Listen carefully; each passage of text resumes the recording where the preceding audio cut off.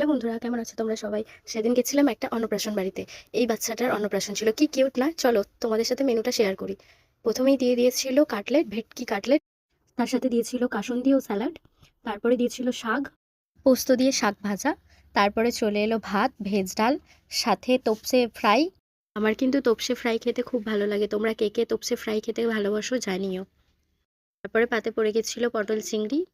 পটল চিংড়িটা আমি অনেকগুলো চিংড়ি মাছ পেয়েছিলাম, তার জন্য আমি খুব খুশি হয়েছিলাম। আমি চিংড়ি মাছ খেতে খুব ভালোবাসি। তারপরে পাতে পড়ে গেল কাতলা মাছের কালিয়া। তারপরে পাতে পড়ে গেল চাটনি, আনারসের চাটনি, তার সাথে পাঁপড়। তোমরা কে কে চাটনি দিয়ে পাঁপড় এরকমভাবে খেতে ভালোবাসো জানিও। তারপর পাতে দিয়ে দিয়েছিল পায়েস।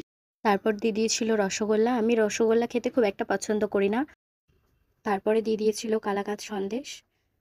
আর সবশেষে ছিল দই আর পান মশলা। তোমাদের কার কার ভিডিও ভালো লেগেছে লাইক, কমেন্ট, সাবস্ক্রাইব